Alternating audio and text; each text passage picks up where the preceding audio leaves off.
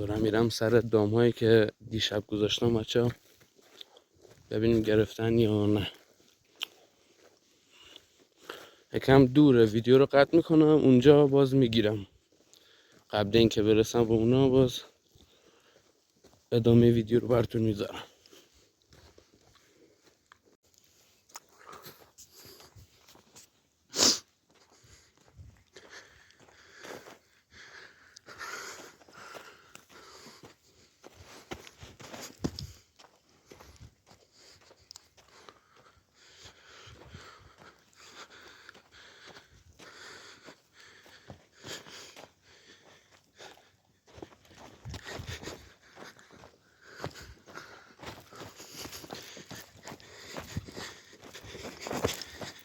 بچه ها صید روز جمعه، کپک